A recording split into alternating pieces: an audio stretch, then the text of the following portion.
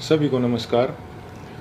जैसा कि आप सब लोग जानते हैं कि हम पिछले कई महीनों से संघर्ष कर रहे हैं रेसलिंग फेडरेशन ऑफ इंडिया के प्रेसिडेंट बृजभूषण सिंह के खिलाफ, क्योंकि उसने भारतीय महिला पहलवानों का यौन शोषण किया है और भी काफ़ी सारे जो हैं घोटाले फेडरेशन के माध्यम से उसने किए हैं। पिछले कई दिनों से हम देख रहे हैं कि समाज में हमारे खिलाफ एक अलग से नैरेटिव बनाया जा रहा है, कुछ अफवाहें फैलाई जा रही हैं और साथ में मीडिया भी कई तरह की खबरें जो है दिखा रहा है। तो हमारा आज ये वीडियो बनाने का एक ही पर्पज़ है कि हम जो अपनी सच्चाई, जो असली सच्चाई है वो आप लोगों तक पहुंचा सकें।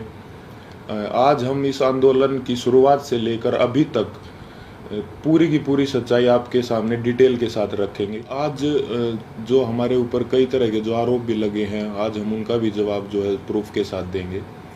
सबसे पहला जो आरोप हमारे ऊपर लगा था वो लगा था कि हमारा ये जो आंदोलन है वो राजनीति से प्रेरित है। कांग्रेस लीडर दीपेंद्र हुड्डा ने हमारे को इस आंदोलन के लिए उकसाया है। आप सबको पता है कि सबसे पहले जो हम प्रोटेस्ट पे आए थे जंतर मंतर पे, वो जनवरी में आए थे और उस प्रोटेस्ट की जो परमिशन है वो बीजेपी के ही 2 लीडर्स ने ली थी। उसका प्रूफ है हमारे पास।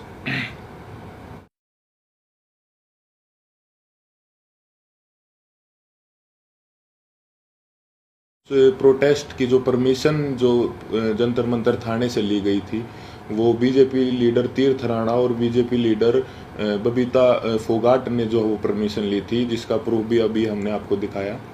तो ये कैसे हो सकता है कि ये आंदोलन जो है वो कांग्रेस ने करवाया? गारंटी के साथ बोल सकते हैं कि 90% 90% जो कुश्ती से जुड़े लोग हैं, चाहे वो पहलवान हो या कुश्ती से जुड़े हमारे कोचेज हों, उन सबको जो है ये पता था कि 10-12 साल से जो है इस तरह की छेड़छाड़ जो है महिलाओं के साथ जो है हो रही है, या उन किसी और कुछ लोगों ने देखा भी था, जिसका प्रूफ मीडिया में कुछ कोचेज ने दिया है। कई लोग जो है इसके खिलाफ आवाज़ उठाना भी चाहते थे, लेकिन हमारी जो रेसलिंग कम्युनिटी है उसमें एकता की कमी थी।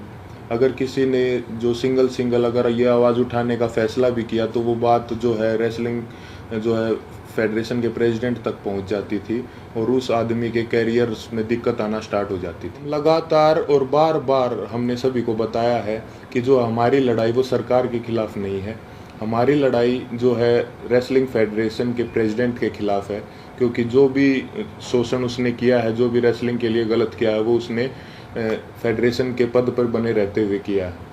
और हमारी लड़ाई सरकार से वैसे भी नहीं हो सकती, क्योंकि जो मैंने अभी आपको पीछे बताया कि जो है बृजभूषण भी जो है वो रूलिंग पार्टी से ही सांसद है और जो जिन्होंने प्रोटेस्ट की परमिशन ली वो भी जो है बीजेपी के ही लीडर हैं।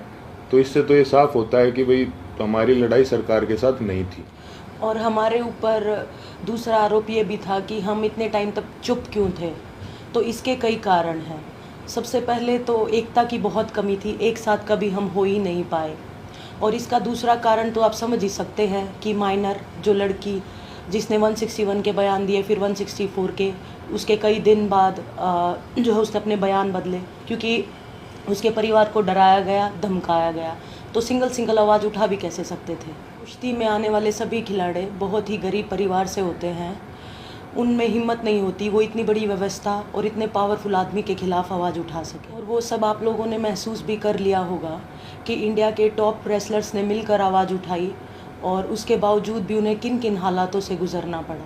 28 तारीख को महिला पहलवानों के साथ जो व्यवहार हुआ वो पूरे देश ने देखा है। कैसे उनको ज़बरदस्ती घसीटा गया और कैसे जो उनको ज़बरदस्ती अरेस्ट किया गया, जबकि हमने कोई भी जो है कानून नहीं तोड़ा था, ना ही किसी संविधान का उल्लंघन किया था। फिर भी हमारे ऊपर जो है इतना ज़ोर ज़बरदस्ती का और इतना बर्बर व्यवहार जो है किया गया पुलिस प्रशासन द्वारा। हम आप सबको ये क्लियर कर देना चाहते हैं कि जो 28 मई की जो महिला सम्मान महापंचायत की जो कॉल थी वो हमने नहीं दी थी, वो हमारे खाप चौधरियों ने दी थी महम में पंचायत के बाद। हमारे को तो कुछ समय के बाद जो है इस फैसले के कुछ समय बाद हमारे को ये पता चला कि 28 तारीख को जो है नए संसद भवन का उद्घाटन भी है। फिर भी जो है हमने हमारे बड़े बुजुर्गों के आदेश का जो है पालन किया, जिसके परिणाम स्वरूप जो है हमारे को इस तरीके से बर्बरतापूर्वक घसीटा गया रोड पे, और जो है हमारे को प्रोटेस्ट साइट से भी जो है ज़बरदस्ती हटा दिया गया। 28 तारीख को जो घटना हमारे साथ हुई उसने हमें अंदर से तोड़ दिया था।